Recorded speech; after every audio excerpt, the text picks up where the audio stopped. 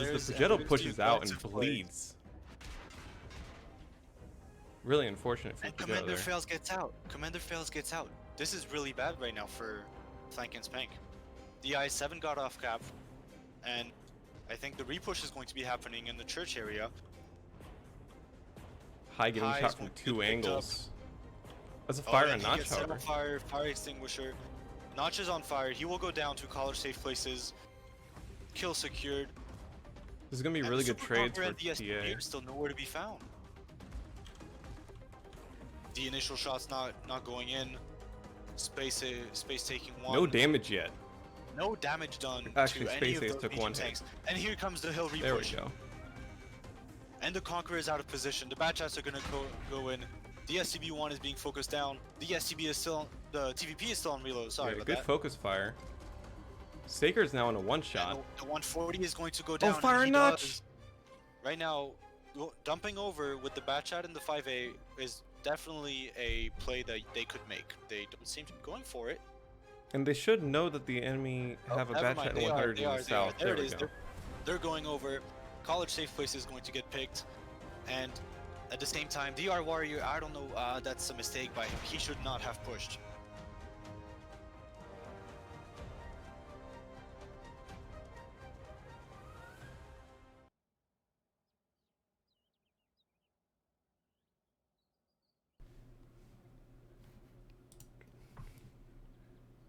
And welcome to Community League Minor League Day 4. I am Gamer, and I'm back with my co-caster Jet Trecto. We will be casting Popcorn versus Niolator. These two teams are both around the top side of the standings. And Popcorn, coming off of a loss, is going to want to bring it back really hard. Pretty upset with how that last match went. And want to make this a stomp, so we'll see how effective their strategies are. You may have watched the previous stream of Popcorn where they brought some interesting lineups, but you're not going to see that here. The teams are currently in the lobby, so we're going to quickly go over what maps they picked in the band pick phase. Indeed. So, Popcorn starting up on defense on Himmelsdorf, map picked by Niolator. Murovanka, sorry, not Himmelsdorf. Murovanka will come in first, Popcorn on defense on Niolator's pick, then going to Himmelsdorf. That was Popcorn's pick. Niolator deciding to attack first. Somewhat unusual. They probably have something in mind to try and take the third round on attack on Himmelsdorf. And then we will move into Sand River, which is Niolator's second map pick. Yeah, Popcorn starting on defense. And finally, we get Prokhorovka on Popcorn's pick. Niolator starting on defense again. The tiebreaker for tonight, if necessary, will be on Murovanka. Yeah, Murovanka being the pick of Niolator, I would expect Niolator to have some sort of plan for that tiebreaker.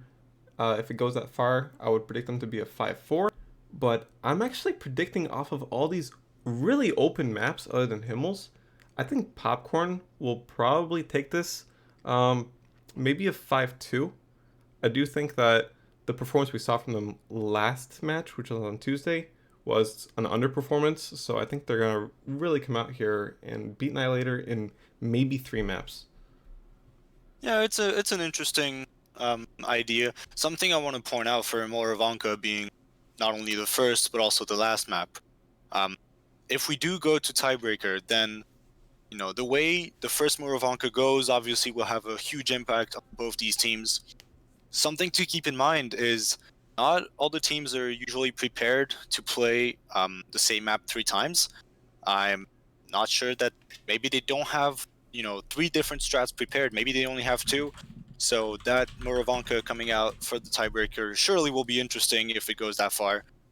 But in my opinion, I think it could go either way. I think it will be a close match. I will say 5-4 for Popcorn taking that last Murovanka, all these maps have the potential to go 1-1, Murovanka and Sen River being highly defensively sided, Himmelsdorf and Mm-hmm. Prokhorovka leaving a lot more options for both attackers and defenders. So those could go either way. I think it'll be a good match regardless of the score. And I'm surely looking forward to watch it with you guys. Yeah, Niolator was formerly two separate teams combined together from the qualifiers. Niolator and the team that was also in the last season of Community League, Make Love Not War. So they have a lot of veterans that have plenty of time playing together. I do wonder how well they can integrate. Uh, the teams played very differently back when I was sometimes practicing with them during the qualifier, Yeah, and they have also introduced RNG to their team, a player I haven't seen play League before. it'll surely be interesting. As you said, Make Love Not War formerly played in Community League Season 2, but it was a really different format. Even though the tank lineups were somewhat similar, the 3v3 format made it really, really different to play. I think that they have prepared a lot. Make Love No War then transformed into I believe it was Thrust or Busts. I'm sorry, that played into the qualifiers for the Corsair Community League. Sadly, they didn't make it, but it shows how much they have practiced in the past, and I think it'll surely be a good effort for them to get together, get some really good strats. They have time played together, which will definitely be at their advantage. On the other hand, though, Popcorn is a team that we see a lot in many different tournaments. However, they were not part of any of the previous Community League seasons. Um, they so they have the play time, maybe not in this specific format. So I'm really curious to see what they decide to bring tonight. And as we speak, the tank picks are coming in from Murovanka, which will be going in very soon. Yeah, tank picks. You got two S-Conks, Progetto and Bad Chat. So at the side of Popcorn, the double S-Conk is gonna be very defensive, just holding the defensive fridge next to the one cap. Uh, Pretty standard out of them so far. I don't like that the fact that they picked the two S-Conks off the start. I think if you're gonna pick two heavies, you want to show that a little later in your pick ban phase. But Yeah. it will Well, not necessarily keep get in mind punished, as we keep in have mind double though two seven that the seven. the pick ban system, for those of you who may not know, the defending team starts by picking the first two tanks, then the attacking team will pick two, then back to the defending team, which will pick two, back to the attack team who picks two, and then one and one. The there is sometimes a lot of strategy that goes into getting those lineups ready. Some players are known to play some tanks better, um, and sometimes if you have that one specific tank that you want to pick that you want to pick last, keep the element of surprise as much as you can, even though that system doesn't allow for a lot of counter stratting, um, because you only have a small amount of time to ready up your tanks, and usually the players ask, sort of the gentleman, that they don't take too long to ready it up, just to avoid counter stratting, so that people just go in with what they had in mind. Yeah, and as you said, this two pick version is quite different from what you have in the Major League of Community League, where they have to pick all their tanks within a 60-second time frame, and they don't get to see what the opponent is picking. I do prefer this method. I like the idea of being able to tactically choose what tanks you're going to show to your opponent, or what tanks really are going to counter what strategy the opponents are bringing. As I say that, the teams have finished writing up, and we go into our first game on Murovanka.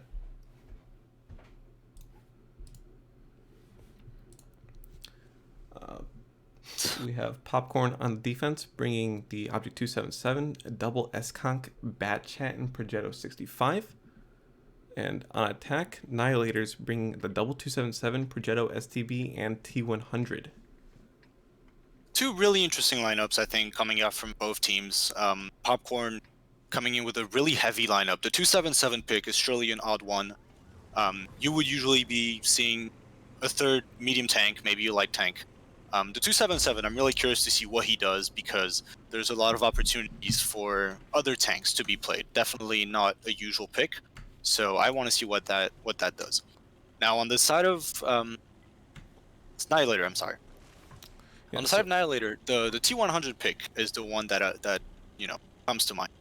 The T100 on Murovanka screams the 2-cap play. They want to sit the T100 on cap, probably in a passive position. I wouldn't be surprised if he was using a camo net. It turns out he is. So he surely will be sitting on cap, and I'm sure POPKORN can realize that. I think they understand that there is no possibility to use the T100 towards the 1 cap as much as there is for the 2 cap. Yeah, and POPKORN will be moving their bat chat to the south just to check for the T100 getting into the southern position.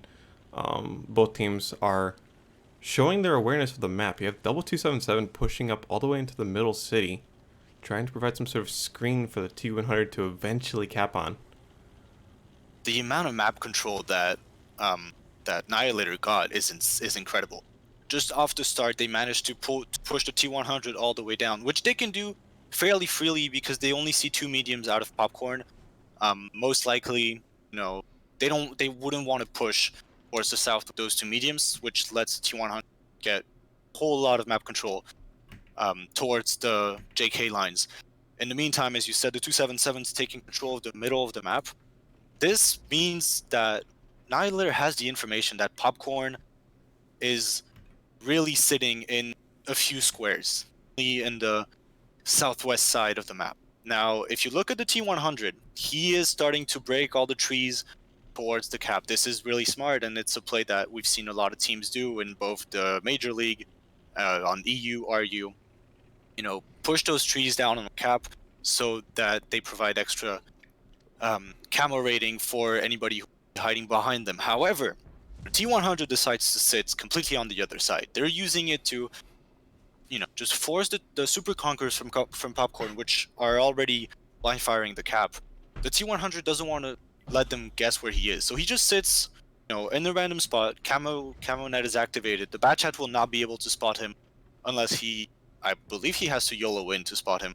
Well, he keeps deactivating his camo net, so that would give the bat chat opportunities to get some longer range vision.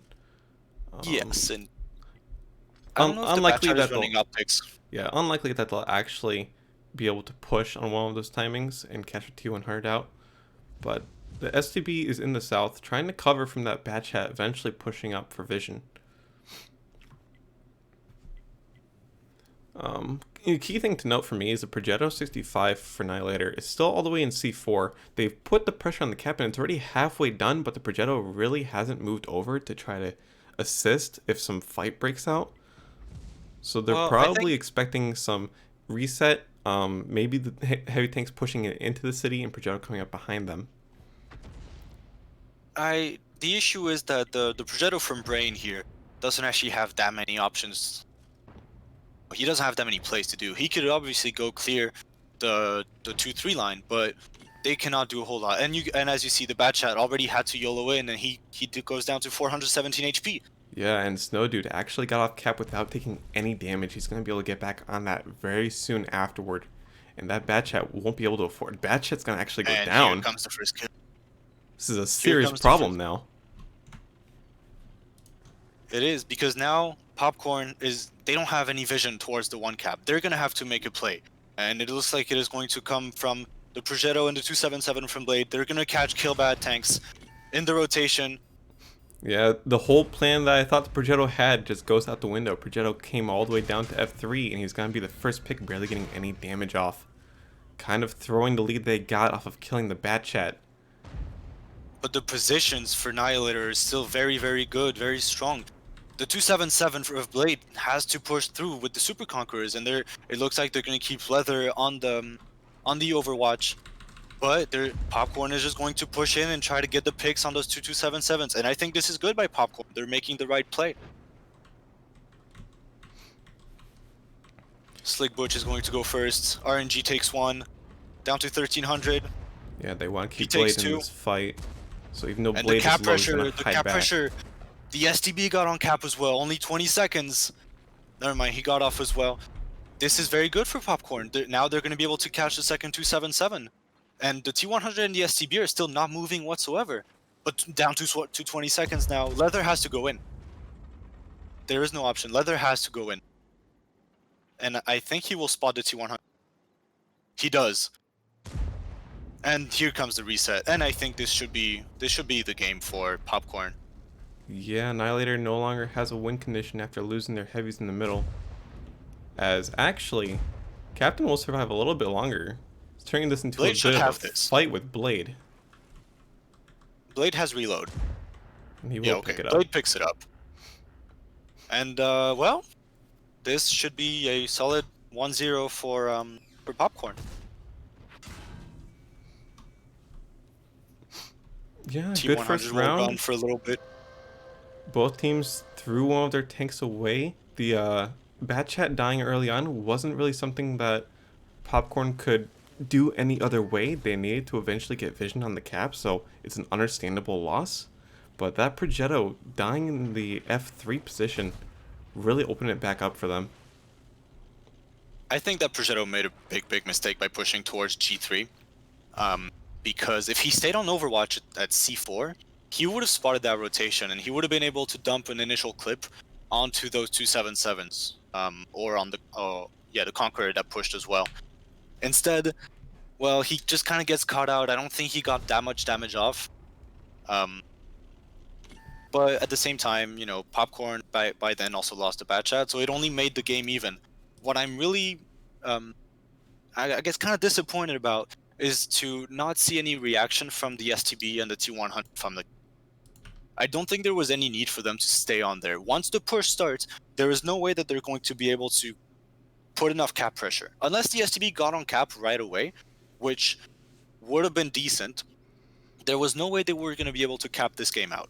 Yeah, And if the STB got on a there was no little movement. sooner, then they would have had a chance with the cap because there were only heavy tanks remaining, and all the tanks that on the side of Popcorn were fighting in the north area with the Progetto. So if the STB got on sooner, there would have been a chance. Maybe screened so that the T100 on cap would not get reset. But possible. I mean, I think even then it just creates too much pressure, so the Progetto would actually have to just YOLO through the 2277, completely disregard them, which would give the 2277s, if they play correctly, to give him a tap each, which would bring him down to, I think it was about 500 HP, which is very manageable for the STB, for example. But instead, there was no movement. They just kind of sat there. They let the 2277s die, and at that point, it was just, too little too late. The STB getting on cap wasn't enough. Still plenty of time on the reset for Leather. So, looking at the post-game stats. yeah, the Progetto for Popcorn actually getting 3k damage.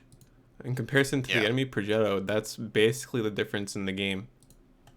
Yep, only 344 damage out of Killbad. That is not what you want to see out of the Progetto.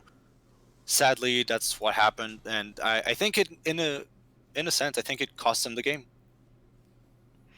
Yeah, I do wonder if you're gonna play the Progetto in the C3, C4 position, watching for the rotate. Do you instead maybe go for a Bat Chat so you can actually swoop in faster, deliver your damage, and leave? Progetto is not my favorite tank in almost any situation. And I feel like the fact that he was Progetto and he thought he had to do something may have impacted the decision to move up. Well, the fact that he felt like he had to do something was, I don't know if it was his own mistake or a calling mistake. I think overall the Progetto pick in this particular scenario works out really well, because if he stays at C3 and the Conquerors just start driving through the G line, he can start dumping shells into them, making them really low HP for the 2277s to manage. And then once he dumps his clip, he has time to drive in, load a few more shells, and keep the consistent fire going. So I feel like in this scenario, it is an okay pick, but the fact that he just got picked so easily really hurt them.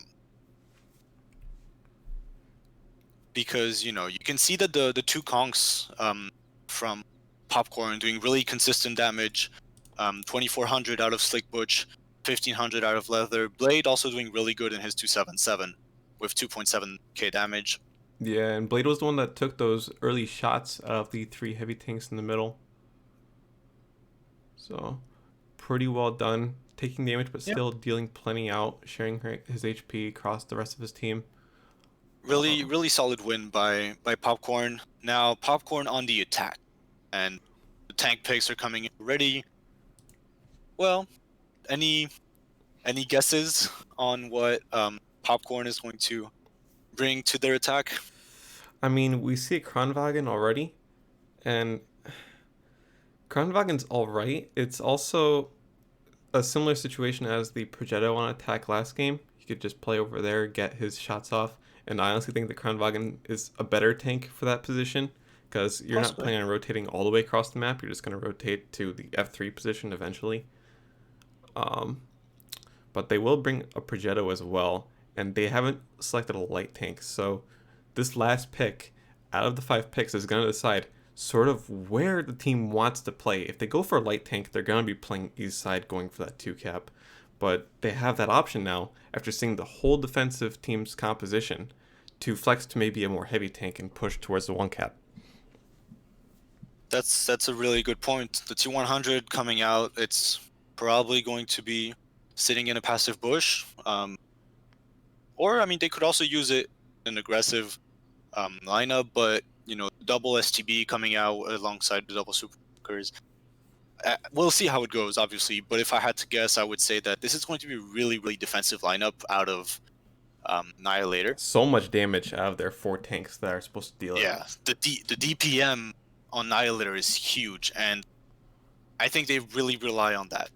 Now, Popcorn is picking the last tank, and it looks like we will be in very, very soon. Yeah, a lot of clips out of Popcorn. Interesting, really interesting lineups. This is, you know, I'm glad to see that there's really different strategies being adopted by both teams. You know, the double STB, double Superconk, something that we have seen in the past in many different servers, really popular in the lineup. Just, yeah, the damage out.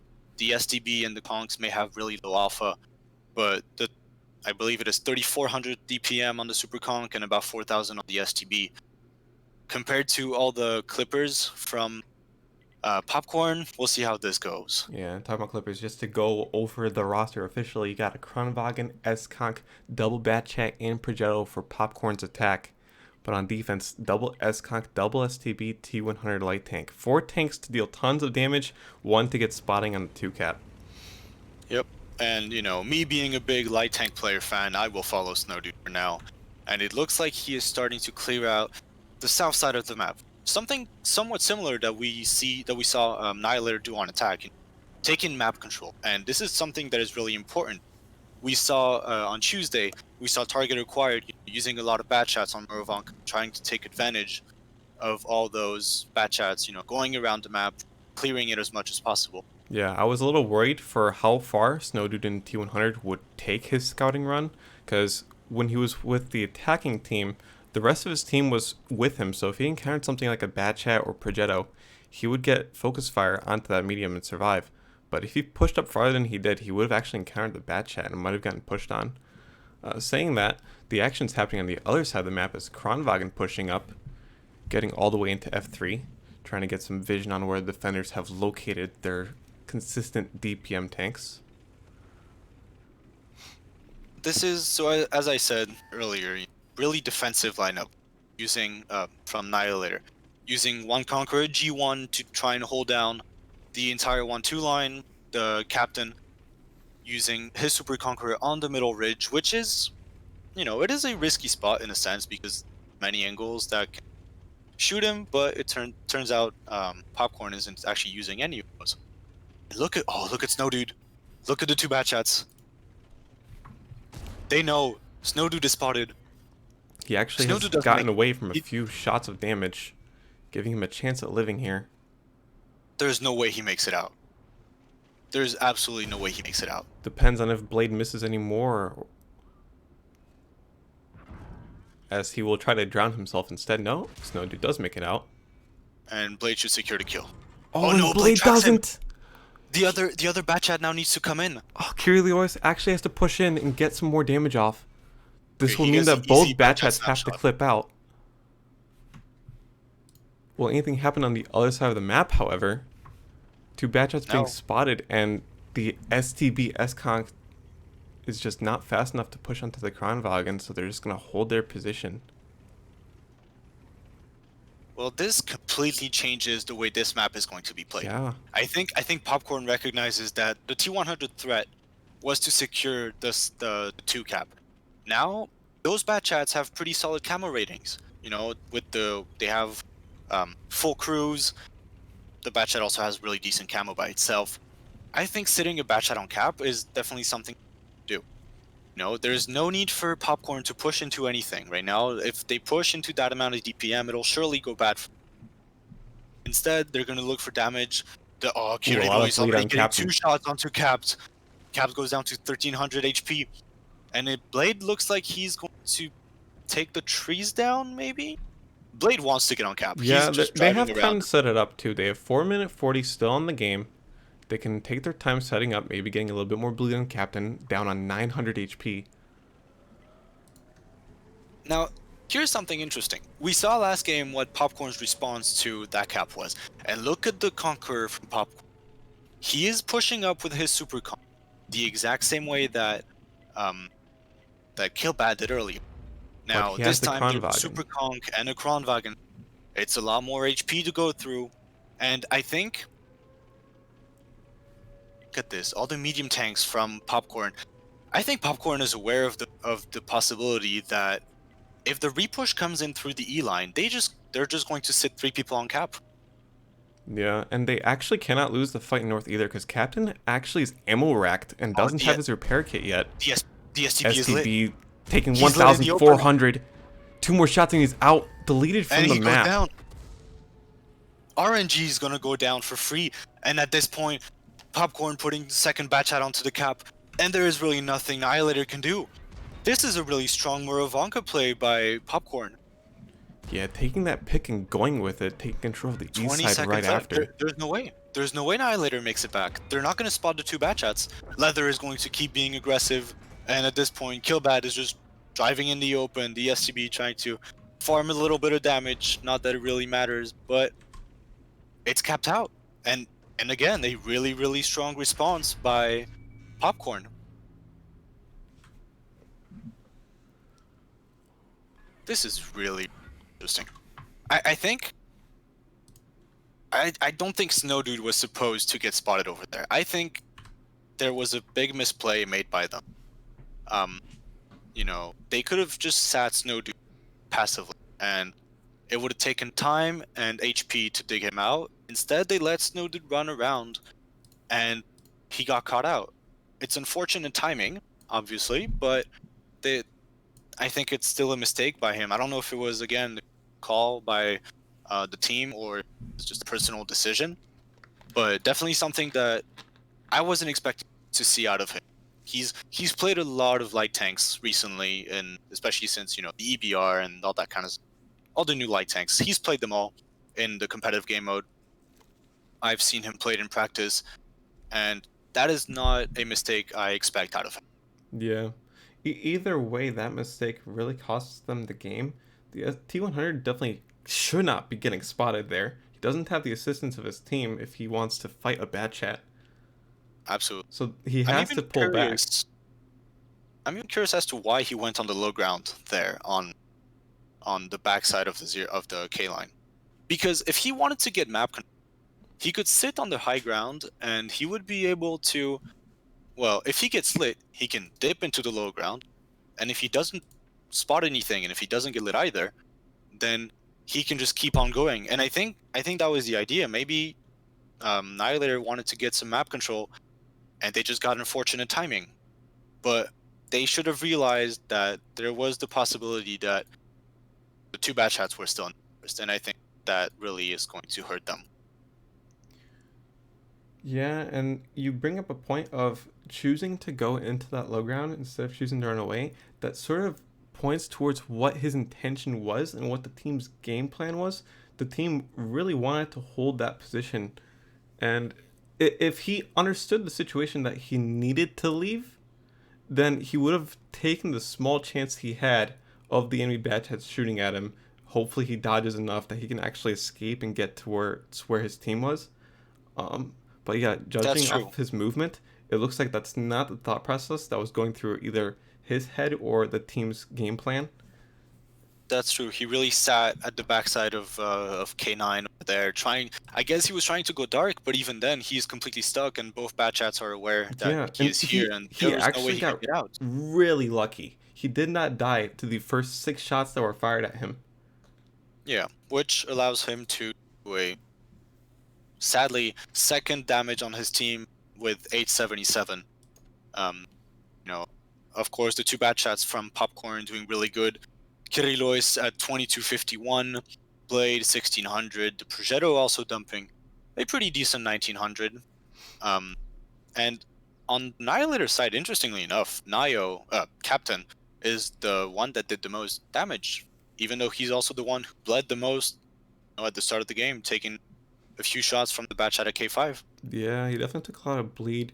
If you look at the S-Conk and the STB, these 2 tanks that have only 370, 360 damage, they weren't ever really in a fight because of the cap out. So they actually ended up with a lot of HP remaining.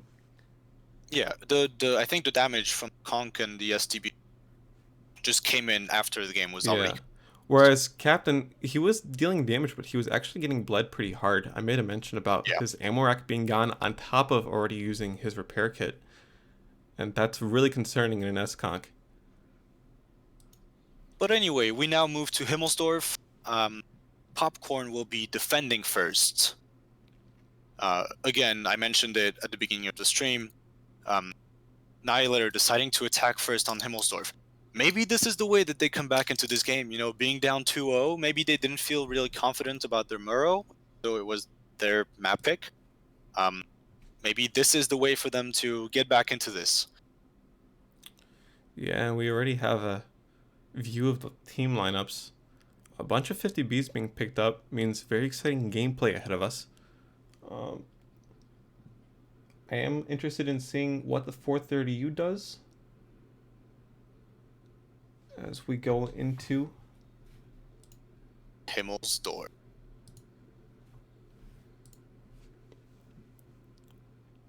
As my game loads in, go into these lineups. POPKORN bringing the 113 and 60 TP, double AMX 50B and a bad chat. A lot of French clippers.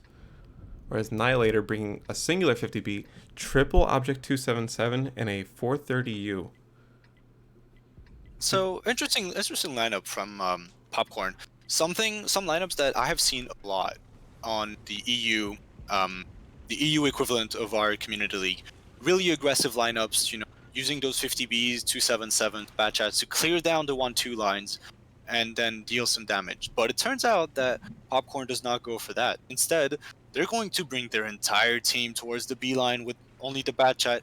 Scouting on the D line, he's going to get into the window, which will allow him to spot all the way down to K4 if necessary. And not just POPKORN, Niolator taking the hill path as well. Niolator going hill. And oh no, those 250Bs, they decide to go into the A line. This is a really interesting start. Yeah, those 50Bs would be in trouble, POPKORN. But the 60 TP will get that advanced warning for the 50Bs to turn around and prepare for the fight. This is a really interesting. I think this is really good for POPKORN. The only thing that's realistically out of the fight is a bat chat, and he can get back in really quick, and you always want him to come in second anyway. As the 277s and 430U make their way across. He only spotted 1277. I hope that the 250Bs are aware. Because Kamikaze turning right into the 50Bs. Actually gets pit maneuvered by Captain. Tons of bleeding to the 277. Gonna bleed out. Down. And now Captain's just... the fight. But look at the 50B from Niolator, still on the hill. And there isn't anything he can do. He's completely out of the fight. The bad chat from POPKORN is going to come in. The 50Bs are on reload, but they managed to get out for free. And the HP on POPKORN is really, really good. Oh, another fire into snow, dude. Their shots. That's 2 fires onto them. The second fire. Captain is going to go down, and the 50B, he What's third finally fire? arrives, but this is just too little too late. Killpad Killpad is Tank's also getting on fire. deleted. Oh no. This wasn't even a close fight. They just got completely baited. They just walked into the trap. Just like that, Popcorn wins. Wow, what a win too. 9,000 HP remaining. One of their 50Bs was still full HP, and that was the main point of contact. This, I don't know what to say. That This was is- explosive. What? I don't know what to say. There isn't much to say. That was just a very intense, fast round where the 50B damage really pumped out and took two tanks out very quickly. Captain and Kamikaze ending with 0 damage. And I think those were the two 277s Yeah. that came in first. They Kamikaze actually- being the first one to being focused out by those 50Bs, They only managed actually to block one got shot. pit maneuvered, revealing their side, making sure the 50Bs could pen every shot. And maybe someone will try to argue that all those fires definitely helped. No, those fires were completely irrelevant. The 60 TP and the 113, the consistent fire would do enough damage, and the 50Bs didn't take really any damage. Like Brain took a few hits, but Blade managed to stay alive the entire time. 3 hits received, 3 non-penetrations. Really bad shooting as well from the side of Niolator. Kamikaze 1-0, Capped 2-0. Not something you want to see out of those players, especially at that range against 50Bs. Maybe the pressure, getting tracked, in the middle of the crossfire did not help them. But It has to be the fact that they were not expecting the 50Bs in that position. oh yeah, I don't think they were expecting anything. I really don't like the way Niolator approached that game too. Not taking their time with the 430. When the 430 just completely rushed down with both 277s, with the 50B staying on hill, like going for such an aggressive play and keeping the AMX 50B on hill, like it's a clip. He has the HP, he should be in that fight, because otherwise it just goes bad. It's playing 4 versus 5 Yeah. anyway. I mean, under this situation where you're blind pushing that early into the game and you don't know what your opponents are doing, you have to keep your team together. You're looking at a double 50B. Those are always set up together, watching some position, trying to set up kill box. And if you go straight into it with no vision, you just instantly lose the game. Yeah, and the first 277s who pushed in just found out the hard way. I think they were dead in about 10-15 seconds from like when they actually pushed in. And the fire at least Double helped with 50B. that.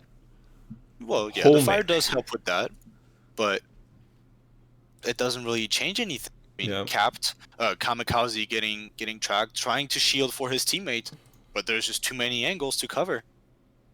And this is really interesting because, I was hoping that Niolator would take their chance to bring this back on Molsdorf attack, not picking the defensive positions early on, to try and secure that win. Instead, they went for an attack, and I don't really know what the game plan was, because this was a blind push. They jumped into a trap. I don't know what to expect now. Yeah, on they their opted defense. into it with the 430U as well. So the tank picks don't align with what their plan was either.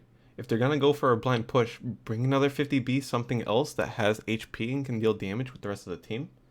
430U, I would expected them to have actually utilized that speed and get some sort of vision. And now they're down 3-0, and well, yeah, they're defending, and I'm really hoping that they're able to pick this one up, because I think if they go 4-0 into Sand River, which is the next map, which is a map that Popcorn actually played fairly decently on Tuesday against forgot who they were facing. Ultra soft toilet paper? It was yes, ultra soft toilet paper. Thank you very much. They played it pretty well, and I wouldn't expect Popcorn to go 0-2 on Sand River. I think Niolator needs to pick this game up if they want to stay into this game. Yeah, and they definitely can. As you said, it is a Himmel's defense. Defense on this map is actually very easy. You can cover both caps just from one position, which is the spawn. so they don't actually have to take any aggressive stance off the start where they might screw it up by throwing a tank away. Yeah, and we've seen, throughout the Major League, EU, RU, we've seen some really, really strong Himmelsdorf defenses. Oh, We have seen the aggressive type, where they bring a bunch of 50Bs and 277 and they clear down the two. Those were really popular on EU. But we have also seen some more campy lineups yeah. where they just sit a bunch of tanks and they hope for the best and they get the right rotations in the right time. But here we go. Talking Himmelsdorf. about campy lineups. Yeah. Oh no. I don't know what to do with this. We have a 60 TP double Amex 50B Object 277 and the Badger on attack for Popcorn. Whereas for the team we were hoping would have more of a campy lineup and not throw a tank away, they're bringing a 60 TP double Amex 50B 277 and again the Object 430U. Okay, so the Badger. Interesting, because Badger is more something that I was expecting. Oh, it's beautiful. Now, surely the Badger goes over the hill and sits in that B0 positions. Okay, he seems like he is heading towards the hill alongside his 250B friends. In the meantime, something that is really important to know. The 277 and the 60 TP from Popcorn, they are going to sit in that G7, H7 area. The 277 actually going slightly... And, against such a fast lineup from Niolator, I would be really scared to go down there. Because for all they know, Niolator could already have cleared the 2-line, and they could be coming in from the backlines. Instead, it looks like the double 50Bs are both aiming towards the hill. The 430U playing the Cubby at D3, really strong position. 430U is surely a tank that really fits in their really strong hull and turret armor. And as I say that, he just gets penned by one of the 50Bs.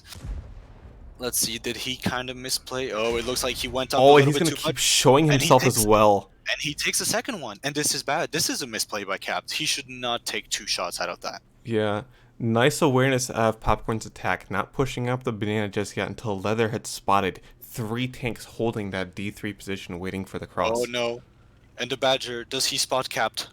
He does not. The Badger did not see the rotation. They're still going to be so happy with 800 damage off the start. And look at this. Now the 250Bs from Niolator just sitting in their spawn. And I don't like this out of Niolator. They need to get some more map control. They know where the 50Bs are. I think they know where the Badger is. I would expect them to understand that the Badger is going to be playing B0 more often than not. Yeah, they should at least understand. Take that 2-line. I would want them to go take that 2-line. Right now, they have no idea. The 60 TP isn't really spotting a lot. I mean, he probably has optics to spot out the Badger. He does, and he only spotted the Badger when he fired. And the 60 TP against the Badger at this range, he won't do anything. And I'm sure Snowdude will start firing HE very soon.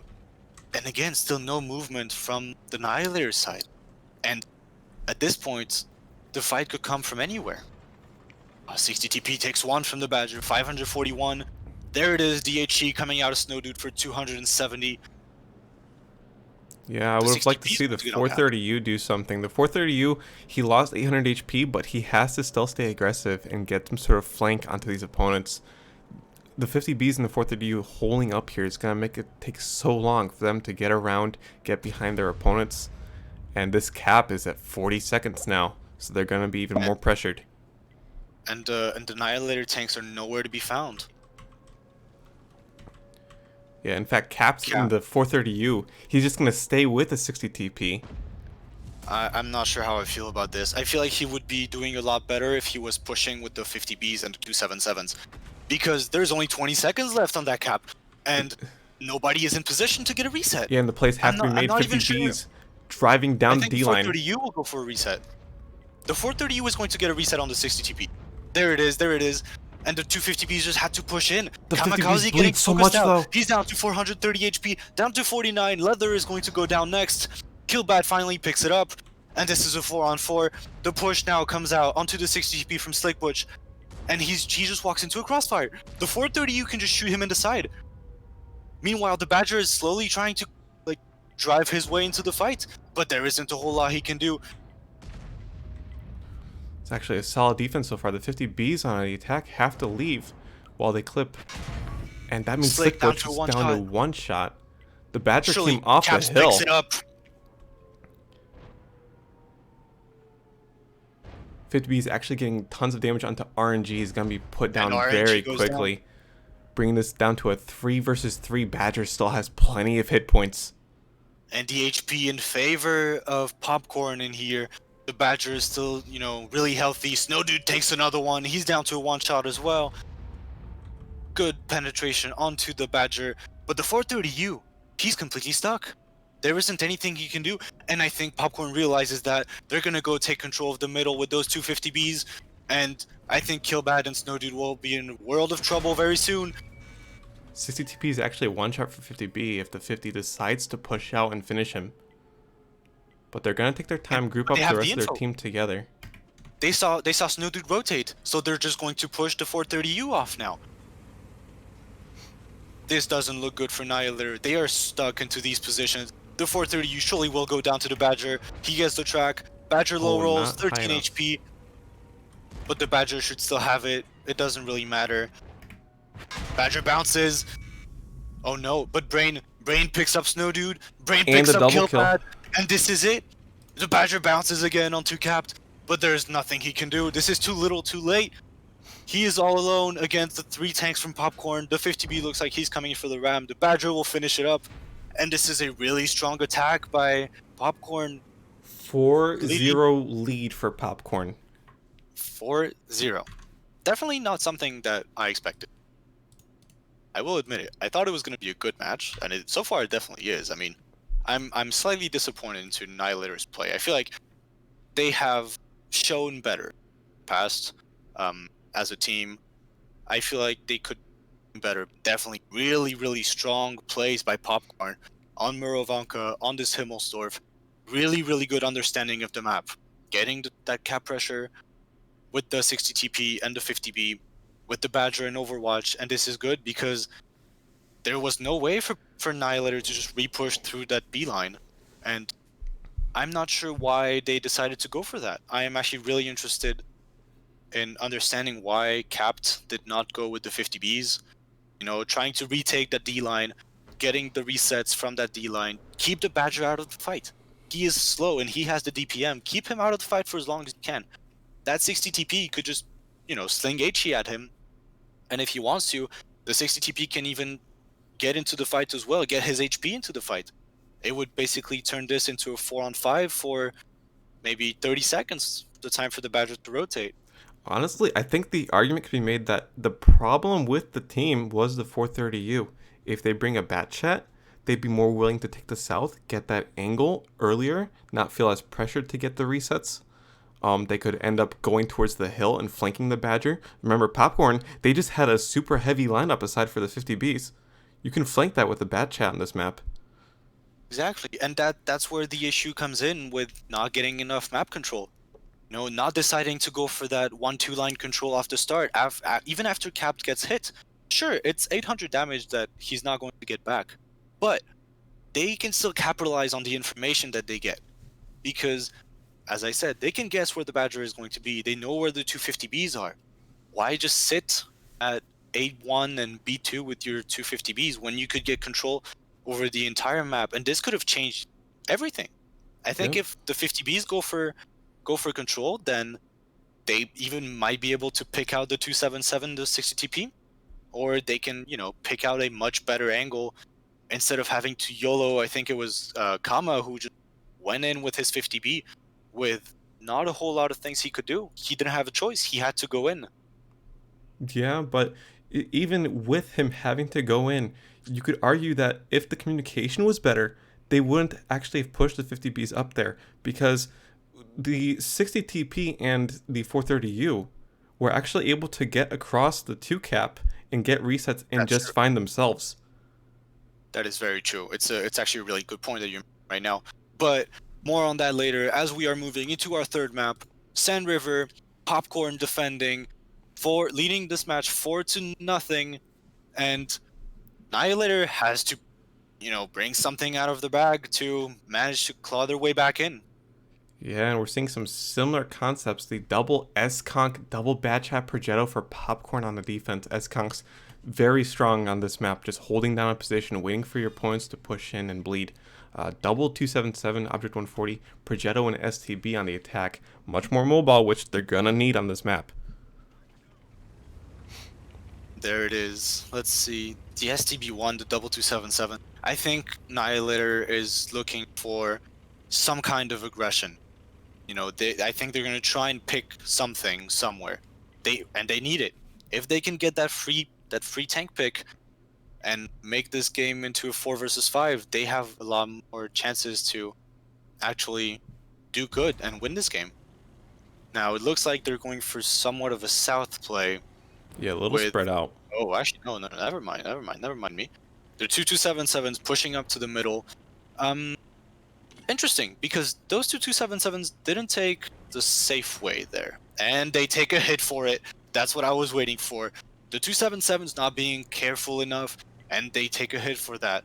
Now, it may not seem like it's much, but in this match, any kind of HP will be highly valuable, because they're playing against hold down Super Conquerors, and the Progetto already takes control of the K8 area. Brain, he's going to be able to completely lock this down, and Leather making really debatable peek, gets hit by Kama, bounces the second shot. Lucky for him, only taking 1 shot of damage. That was a bad peek. He could have been punished for that. Yeah, both teams making different plays, many of which aren't perfect plays, revealing themselves, but they're actually only going to trade 1 shot each.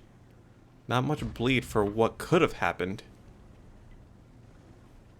Now, this 140 in the south, from the side of Niolator. Snow Dude, he's all alone in here. And they have the information that one of the bad chats is sitting at F7, F9. They don't know where the second bad chat is. He has never been lit. Right now, moving towards A9. I don't think Snow Dude really wants to push more. I think he's trying to get more angles onto the super conks of Popcorn, but it's unlikely that he'll be able to do so, because as he gets closer, the bad chat will surely spot him. And the 140s, he knows that a bad chat with a full clip is highly likely to take him out. The bad chat can take that 1v1 with no problem. It looks like he's still going to commit towards that zero line play. And this is a scary one. Because if Popcorn realizes that he is all by himself, and Kyrilos trusts his own aim and capabilities, he will go take this 1v1. And he will probably win it if he manages to pen all his shells. Yeah, and Kiri will get the spot into Snow Dude. Oh, and Blade is in position. Snow Dude doesn't know. Snow Dude has no idea. He takes one from Blade, and he's stuck. He cannot move away from those rocks. There is no way. In the meantime, I think it was the Progetto. No, it was the STB dropped a blind shot.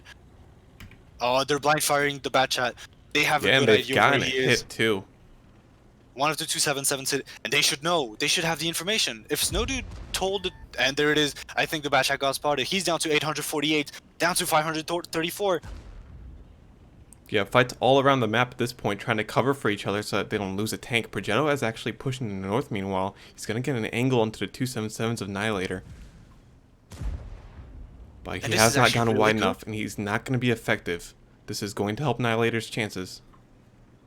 This is really good for Niolator, because now they can afford to take the F9 position themselves. And they can sit, probably, I think it was going... Progetto cannot sit on cap. He doesn't have the camo values to do that. But if the Progetto manages to cross towards the 140, then they will be able to farm those two super conks. Oh, but Blade is not spotted yet. Snow Dude gets lit. He doesn't know. Blade is actually going to be able to get out unspotted. Yeah, they actually have a really good shot of winning their attack on Sand River. If they kill Kyrios with the Progetto 65, their STB's covering their 277s, so the Progetto 65 of Popcorn, while trying to get a flank, is actually not being effective. Brain trying to go for the flank, realizes the STB is in there, and the STB will probably dump at least 2 or 3 shells. Here's a second one, Brain down to 1191. And this is really good right now for the side of Niolator. A really strong attack. Snow Dude is down to very little HP, and they need to managed to take out Leather. Leather is a huge issue right now, but he just walks into a crossfire Yeah, between Leather's the Progetto. trying to do way too much. Leather Gonna down bleed to even more. 471. And he will go down to the next 277 shot. In the meantime, Snow Dude shooting Slick Butch, trying to get some shots. He gets the second one. Yeah, And here's this first pick. Snow Leather Dude down tried to do one shot as too well. much this game. He bled Now, consistently throughout the match. Oh, as and Killbad Killboys- picks up Kirilois. And 3 minutes left. I think this is looking really good for Niolator. Yeah, Slick They Butch need- is they all need to go alone now. over. And they are going over onto Slick Butch. Surely he will go down. Killbad though, he doesn't need to take all these shells. He needs to support his 277s. He should finish this kill. Surely he gets it now. And I think at this point, it's a 5-on-2. Really, really strong attack by Niolator. I don't know what your thoughts are, but I'm really impressed. This is a lot better than what they've seen so far this Yeah, match. I was really impressed by them actually taking the effort to blind fire Kirilois in the bushes. One of those hit, and he was feeling the pressure. He had to back off. Him backing off continued taking damage, making the South very open for the team of Niolator. And honestly, Kamikaze and ESTB, making sure the Progetto was not able to enter this game. Yeah, surely, controlling that middle position really well. I was kind of worried because, playing those 277s on that hill against the two Super Conks, surely it's not something you're confident in.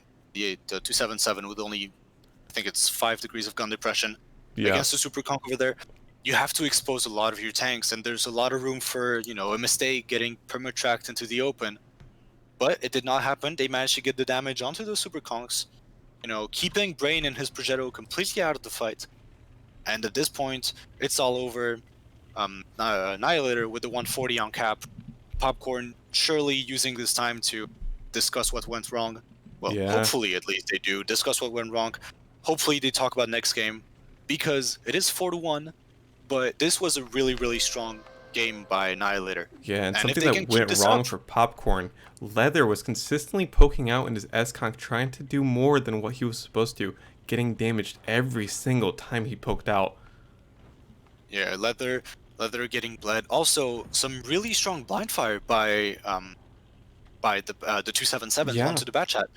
Snow Dude, despite taking those first initial hits, he managed to stay alive. He was alive enough to just tell his team whether the shots were going through or not, and they get the info. Really good game. The Progetto from Niolator manages to pick up Kirilois in his Batcha, who wasn't able to run, and then Leather, he has to go out in the open. He has to make a play, and there is nothing he can do at that point. Think the comeback is alive? The comeback? To be honest, Sun River is usually defensively sided. Yes. If Niolator is able to grab that fence and go into Prokhorovka 4-2, I would hope so. I hope that the comeback is, because Prokhorovka is open to anyone. Many things can happen. It always goes down to the slight little mistakes that somebody's going to make. The few seconds on the call. It's going to be really close. So I surely hope that Niolator is able to pick this game up, so we can go to Proc and keep watching some pretty good quality tanks that we have seen so far. That last game was for That last game Niolator. was They really, showed really good. a lot more teamwork and just cohesion with what they were doing. So if they keep that up, they can definitely come back. One thing of note, the only city map, Himmelsdorf, they got stomped on. But they don't have to play city maps anymore. They can play these open maps where they take these angles and take these fights on tanks that are pushed out to the side holding flanks. Something that I want to point out is that Killbad doesn't actually do a whole lot of damage in his Progetto. Only doing 292, but picking up 2 kills, staying alive, and he also took some really strong positions. So it may not look like he did a lot of damage, but him being where he was throughout that game definitely helped Annihilator win. Yeah, And yeah, he was the one who committed. He took an extra shot of damage to jump over next to the one cap. He committed to killing Kirilios. Or yeah, Kirilios. I can't fucking say it. Anyway, yeah. um, RNG doing good damage too. Kamikaze, yes, the solid 277 of 700. RNG. Wow. Really strong damage. And yeah, and on the Popcorn side, really only Slick Butch doing some good damage. Leather, sadly, only doing 1200. And the rest of the team just not able to capitalize on anything. Yeah, they never Kitty really Royce were in the gets fight. picked up with only one shot of damage. Blade only managed to put that initial shot into the 140. And I would have Brain, expected Blade to do more there. yeah, absolutely. And then Brain only gets 2 shots of damage when he tried to push the 277s, but he took a lot more damage for his trouble. Definitely not a good trade. Anyway, we are moving on to the second game on Sen River. It'll be Niolator defending, Popcorn on the attack, Popcorn leading 4-1. Can they close this out right now? Yeah, and I'm actually on the side of Niolator here. I think they're going to take this round, get 2 of their rounds on Sand River as my game loads. God. I sure hope they do. I sure hope Popcorn they do. bringing double S-Conk, double Bad Chat, Progetto. Niolator, S-Conk, WZ5A, Bad Chat, Progetto, and STB. Now, bringing the double S-Conk, which is something that they brought on Tuesday against Ultrasoft Toilet Paper. It's like the conks are slow on attack, and I mean, it was discussed a whole lot on Tuesday's stream, so I don't want to go over that too much. But the conks, they're a lot slower. While they have great guns, great DPM, they don't have the same ability to move around the map. And if some of those medium tanks go down to, the Bad Chats or the Progetto, well, I should say the single Bad Chat from Niolator, those conks will be stuck where they are. And I think that as long as Popcorn manages to keep all their tanks alive, they will be fine. If one of the medium tanks falls, they will be in a great amount of trouble. Yeah, and S-Conks, if you're going to take them on attack on this large of a map, take the middle of the map. S-Conks have gotten into the middle position now. They're going to be able to flex around this powerhouse and actually assist the Bad Chats in the south if a fight breaks out. As Popcorn sends 2 Bad Chats to the south, Niolator has 1 watching it in Snowdude. If Snowdude gets lit, he takes 800 damage. At least. And he will get spots. Oh, he gets lit. One shot misses. He gets lucky. He's down to 1355, and he will get out of there. But the amount of information that he got. He actually only spotted Blade. Yeah, but he knows where the 2 Conquerors are. He has to know. And if the information is routed properly, then this is actually looking really good for the side of Niolator. The 5A will be in a really strong position. Oh, Snowdude, no. STB North is pushing out. Snowdude takes a second one. He's tracked into the open by Kirilois. Snowdude is going to go down. Surely Blade finishes this. Blade missing shots. He's dark. No, he went dark. I'm pretty sure he went dark. Oh, no. Blade could actually aim on him, but he was just missing. A little bit of RNG not working out. Cap hitting Blade, but Cap taking a second shot for his trouble. And a lot of HP bled onto the side of Niolator, and this is not what we were expecting. The STB pushing out, and he's going to meet that Progetto. Somewhat like the last game, mirrored. The STB trying to push, the Progetto waiting in his base.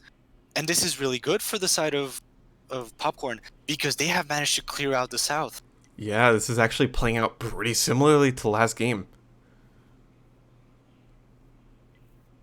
Kirilois and Blade. Bleeding HP. Yeah, Kirilois and Blade are going to be able to push up and push the WZ out of his position. They might jump into the pit next to him to finish him off. The STB going to close the distance, going with his Super Conk. The Bad Chats from Niolator going to take his spot, watching the north. At this point, it's pretty clear there's going to be a south play, and there's a lot of pressure onto this 5A right now. Yeah, and Captain the 5A, he's going to get spotted. He doesn't actually see the Bad Chats pushing on him just yet. Gonna do a few blind fires. He is aware. He is aware. He is aware. Doesn't have the actual information, but he is aware that there's a bad shot over there. Yeah. As he gets lit. Oh, Blade got spotted. Blade got spotted when he... Meanwhile, Niolator's been doing a few rotations in the backline. The STB that was being held off by Progetto has joined the S-Conk, but their bad chat is no flanking around trying to get some serve angle. And it looks like the cap pressure is going to come in from the side of Popcorn. And this is really important. Now, can someone find some kind of spot? They need a light. They Popcorn's need to see those bad chats. They need to see those bad chats. Cap doesn't see it. And he's just going to get pushed by those two bad chats. Progetto crossing is going to give it up. Oh no. Oh, there you go. Finally, he sees them. Kirilois takes one. Oh no, Killbad really needs to hit his shots. Cap's in so much danger. Capt is in trouble. Kirilois down to a 2-shot. Blade down to 969. The team trades out very efficiently. Kirilois goes down. But now, look at the positions. They're not as good as they could have been for the side of Popcorn. Yeah, and you gotta look at the Progetto of Killbad. Sitting up in a nice position. Here comes the Conquerors and the bad shot from Snowdude. He has a lot of pressure on his shoulders as well. He needs to make a good play. And Killbad is going to take 2 shots for his trouble. Does he take a third? No, he does not. He gets safe. Down to 1191. And the pressure on all these guys. And the Batchat is going to rotate around. Both Batchats actually rotating around with Blade into the middle. Snowdude going all the way out to the attacking spawn. But now you have S-Conks on the attack holding a very powerful position on this ridge. Surely the Progetto gets on cap. They're not going to even need to. RNG is bleeding. Surely the Progetto gets on cap. He should, but I guess he's just going to stick with his team. Blade gets lit. He puts one into Kama. Kama returns it. He puts a second one in. RNG is still not moving. And Killbad is still nowhere to be found. He's way too far. Snowdude's bouncing shots. Snowdude gets the kill shot. Now, can he kill the Progetto? He needs to shoot the Progetto. They need to take out that Progetto. Oh, that's a lot of damage. He's down to 700. Snowdude, he bounces one more. Snowdude's hitting tracks. No, a low roll. Oh, Snowdude actually gets picked across the map. How is he trying to get out? Leather going to go down to the Progetto. One more shot will do it. Does RNG get it? Does RNG get it? Oh, the RNG's not working out? He does! And now it's Slick Butch all alone against that Progetto. This is actually so good for Niolator. There is only 2 minutes left. Less than 2 minutes left. He doesn't have time to cap. The Progetto's so much faster. He can easily get away without taking 3 shots of damage. To cap. Niolator should win this. Not enough time. Annihilator should know this. Killbad going to try and get away now. Oh, this is tense. If they both go for the 0 line, this could be really bad. Oh, Killbad. Oh no. He might actually just hide in the corner of A0. Yeah, that's what it looks like. So he's going the team's for. Pinging it. There's pings all over the place from both these teams. Looks like Niolator. This is really tense. Looks like Niolator want to get vision. So if the S-Conk pushes towards them, they'll have awareness of it. This is the game changer. Killbad doesn't seem to be aware, but even then, the Super Conqueror is just so slow. Unless he sets Killbad on fire, I don't think there's any way for him to win this game. If they spot each other, then he can get the damage out. But I think the Progetto will be fast enough to get into some sort of cover, delay his damage. He'll get one shot in. And there he comes, Slick Butch. He gets spotted. They're both lit. Killbad is going to go forward. It's a low roll. He needs to run. He needs to run. 843 HP. Slick Butch needs 3 shots, and there's no way he can get it. Killbad is just going to run back all the way around. And this is going to be 4-2 in favor of Popcorn, going into Prokhorovka. Yeah, that was looking really scary for Niolator. But off of that last push, the Progetto actually dealt a lot of damage into the backside of the S-Conks. Slick Butch, 1 second left, not gonna see anything. This is it? It's the comeback. Do you think the comeback is real? Can Niolator go 2-0 on Prokhorovka? That round was a little too scary for me. again, Snow Dude bleeding in the far off position turned it into a very bad situation for them. Um, if they keep playing the way they have been on open maps, then they definitely can't come back. But that last round, the one right before this, where they handled that so cleanly. If they keep it up like that, make sure they focus on their blind fires because there's plenty of bushes on Prohorovka that they can blind fire to clear out. Making sure they focus on their vision and staying as a team instead of leaving Snowdude off to the flank, and they can do it. So, something that I want to point out in Snowdude's play. When he goes and rotates around K0, trying to go back up to that 0 line, I think crossing at like H0, G0 is a huge mistake by him. And if he gets picked up, Niolator loses that game. Yeah. And it is a mistake because for two reasons. Well, first one, obviously, he goes down to a one-shot. He has to play really careful. The second one is he could actually sit around H9, between H9 and H0. There's a little cubby where a Batchat can hide, and he is completely safe from the Super Conquerors in the middle, and the Batchats would have to go all the way around the hill to kill him, which means that not only can he get some damage off, but his 5A and his Progetto would also be able to dump their shells. That would mean a lot more HP on the side, well, a lot less bleed on the side of Niolator, and a lot more bleed on the side of Popcorn. And I think if he does that, that game is a lot closer. It's not as close. I'm sorry. That game would just be easy, because those Batchats cannot push off Snowdude like that. Sure, he'll get picked, but in the meantime, the Progetto can get some damage in. The Conqueror and the STB, who were also in position, could have gotten damage in. There was many ways where it would have been a lot easier for Annihilator to just sit that Batchat. Even if he dies, he has to get pushed, and he completely negates the one cap. Yeah, but it looks like the rest of the team wasn't entirely ready for that because you saw the STB and then eventually the Batchat of Niolator struggling in the back line near the north side of the map, trying to find some angle. And if they went for the play, they really would have needed those tanks to be in a location where they could assist in the Batchats pushing on them. You eventually saw the Batchats pushing onto the Wheezy, if I think, captain. Yes. And they dealt a lot of damage there, even with one of the Batchats far off in the distance. That's true. They weren't. I think Niolator, aside from that, I'd say I will call it a misplay by Snow. Aside from that misplay by Snow, the rotations were really strong. You know, the S-Conk and the STB, recognizing that the 5A has fallen, they want to get back onto that northern ridge. They don't want to get caught out like they caught Popcorn out last game. So really good rotations because it allows them to crossfire with Snowdude at D2, crossfire onto the Progetto and the Batchat who were trying to push off Kama and RNG. And in the meantime, the Progetto of Killbad, able to just dump his shells on the sides of the Super Conks as they were pushing in. Really, really strong play here by Niolator, aside from that Batchat mistake. Yeah, and we're going to look for them to complete the comeback on Prohorovka.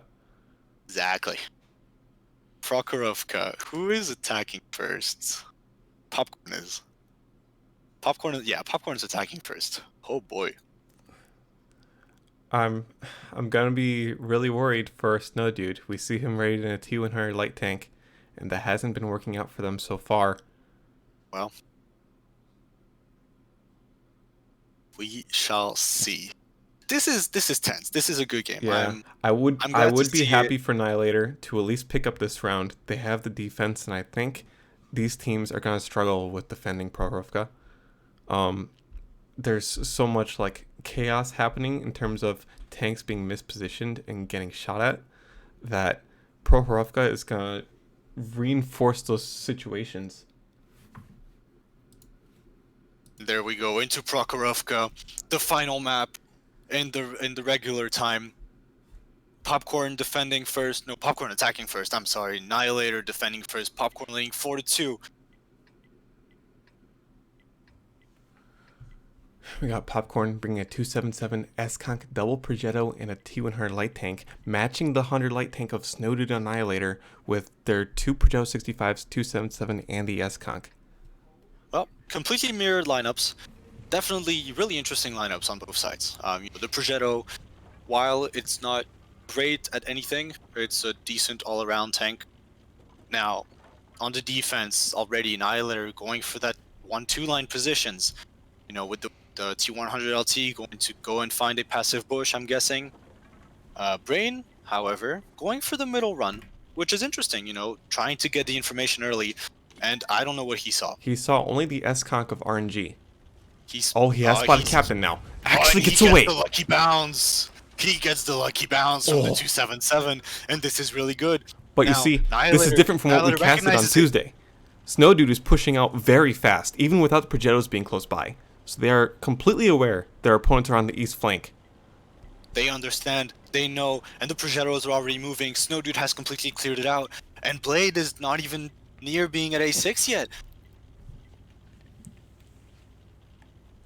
And this is a much better play on proc. This could be really good for the side of Niolator. If they can manage to get some picks, this could be really good. Yeah, gonna be looking at Leather to hold down the middle in his S-Conk. He bled a lot on Sand River, and he's starting to bleed. He takes the first shot from the T100 LT. The Progetto, however, of Blade puts 2 into RNG, and the cap pressure has started. Brain on cap, just sitting there. Yeah, I'm really wondering what the Progetto in G2 is doing. He's really far out of the fight. Didn't really rotate with the 100 light tank or his ally Progetto. Killbat is still really far. That's a really good observation. And it looks like Snowdude is going to go for the hill take. They want to spot out Kirilois. If they can kill Kirilois, then this is the end of the game for POPKORN. Now, he will get lit. Snowdude, so close. Surely he spots him. So looks like the Progettos have finally gotten into their positions. He doesn't see him yet. Actually putting shots in Leather. He gets lit. Now, does he understand that he got lit from the hill? I hope so. He should understand that there's nobody in the city that is able to spot him. The spot had to come in from the hill. And look at this, Kirilois, he moves out. He understands that he cannot get picked, which is going to give Snowdude the entire hill to play with. Now, they need someone, by they I mean Niolator, they need someone to just poke over those tracks, poke a D7, D6, and get the light on the T100. If they do, Snowdude can reset it, and it'll not be any harder for them to win this game. Yeah, but the Progettos are both moving north. Brain gets off the cap, and it's going to be a full-on push by POPKORN. Kirilois goes off. RNG's on a one-shot, getting focused from both sides. The Progettos on the north of POPKORN actually not taking their own fight, gonna die to the Progettos of Niolator. And at this point, the Progettos are going to be, in the fight. Leather is surely going to get focused out next. They need Snowdude to get into this fight. Cap needs another shot in. He puts it into Slick Butch. I'm not sure that was the correct target here. Now, let's see. Does Killbat kill the Progetto? This is the only way they can win. Problem is they only have 2 tanks left. Niolator. Killbat down to 700 HP. Snowdude, there isn't anything he can do. He has to run. Leather surely will catch out Snowdude, put one shot into him. In the meantime, Killbat is getting pushed by the T100 Progetto. He's gonna go down to 69 HP, and this is all over. This is all falling apart for Niolator. Yeah, the focus fire wasn't there. You see all these tanks of POPKORN, 1k HP, 700 HP. They were not focused out. That's gonna mean that they have a massive DPM advantage over the rest of the fight. The focus fire not coming in from the Progettos and from middle heavy tanks. And again, the same mistake that we have seen on Tuesday, which is that they could just leave a Progetto back and use him as a single shooter for a period of time. Get that DPM in, keep your HP. Once that push happens, there isn't anything that the POPKORN tanks can do to get out of the 5-6 line. And Snowdude, he takes a tree down. Brain is going to spot him. 3 people on cap, and this is all over. Brain isn't even looking for him. He doesn't have time. POPKORN is going to finish this series with a solid 5-2 win. Yeah, and a solid performance on the last map too. They And took there the it is. they took the fight on their own terms, leaving the T100 on the hill, being inconsistent with its own damage, bringing it to a 5 versus 4 in the main fight, and they focused on one fight together. You saw the Progettos in the north completely ignoring the other Progettos to make sure that the middle area of the map, where all the heavies were, was one for the side of Popcorn. Yeah, we saw Brain do that really well. Peeking out completely. He didn't care about his HP. All he needed is to dump his clip the into the tanks in the middle, who got focused out. Yeah, and really good job by Popcorn, recognizing that Snow Dude was on the hill. And I think that was really important. Oh, They know Snow Dude is on the hill. Kirilos gets off because if he stays there, he knows he's going to get wrecked as soon as he gets licked. So all he has to do, get off the hill. They know that the T100 is on hill. He's going to look for resets. In the meantime, Kirilois just goes all the way towards A6. They dump over the middle. Snow Dude is late by about 40 seconds. The focus fire is there for Popcorn. And there's simply nothing that Niolator was able to do against that. yeah, and Kirilos, honestly, that's a bit surprising to only get 0 damage, but it doesn't matter because the rest of his team were all consistent fire tanks in the middle of the map, cleaning up the rest of the fight. He committed his HP to the fight, and it became a stomp after that. Yeah, he's the one who got focused down by the two Progettos, I think. Yeah. Yeah, he got killed by Killbat tanks.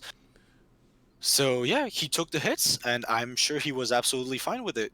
Not doing any damage, who cares? Both Progettos are out. They have no DPM. The two heavies are winning their fight. RNG getting focused out first. Well, actually, he got focused out second. I think no, RNG got focused out first. Sorry, First, the I think. 277 got focused out second. RNG only able to put one shot in, capped, connecting only 2 shells, and yeah, I mean it's I think it's a really good recap of that entire series. Popcorn going for the aggression, just going for those plays, never scared of getting their hands dirty, getting into a fight. We saw it on Muro with that E-line push. We saw it on the second Muro with the 0-line push, taking out the T100. Even though they probably expected him to be in a passive bush. On Himmelsdorf, well, the aggression was still there. I guess they received the aggression more, but it was still there, and they managed to do really well with it because as soon as those 277s came off the hill, those popcorn tanks just collapsed on everything, and at that point it was all over. And now Yeah. on Prokhorovka, we saw it. As I said, Snow Dude, they have the information that the T100 is on the hill. They know where the advantage is. They pick the overmatch. They do really well. The focus fire is there. Really, really clean Prokhorovka game by Popcorn. Yeah, and on the side of Niolator, we were hoping for them to make the comeback on this map, and this map showed again some of their uncertainty. You had the Progettos on the west side of the map, and one of them was so far out, the other was still taking a while to rotate all the way to the north. So a bit of uncertainty in where they want to put their tanks, and it was realistically a consistent theme across every single game. You have a 430U being picked on Himmelsdorf, but never being played properly, like utilizing the tank for what you would think you would be picking it for.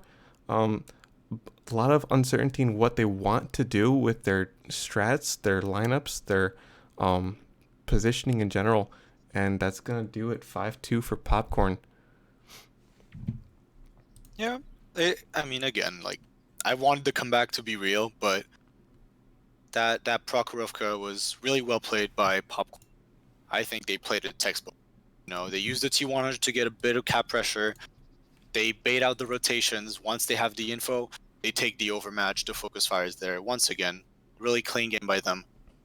I don't know. I feel like Niolator could have done better. I think on that last Prokhorovka game, yeah, some mistakes were made in the rotations. And as you said, it showed throughout the series.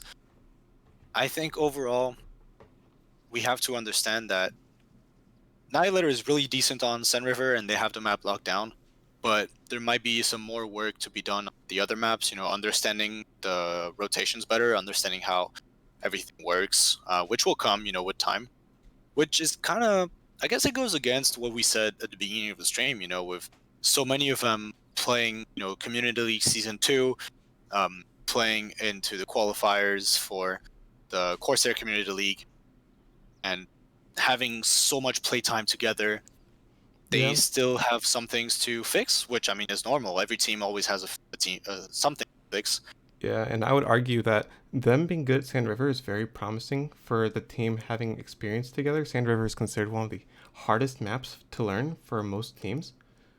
And if they can transfer what they know of Sand River to other maps, which don't actually have as much complex rotation, then they can actually make a run around the end of the season for playoffs. Yeah, That well, being which said, means that the standings for today will. It means that Popcorn is going to move up to 10 points. Oh, 9 points, I'm sorry. Niolator is staying at 7, so Popcorn definitely to move up towards the top 3, I think. Maybe top 5 of the rankings, depending on how the other matches go tonight. Um, everything will be updated in due time, yeah, but make sure you look out on the Community League Discord for that. yep. As we close up shop, thank you for watching. This was Gamer and Jet, and we will catch you next week on Tuesday.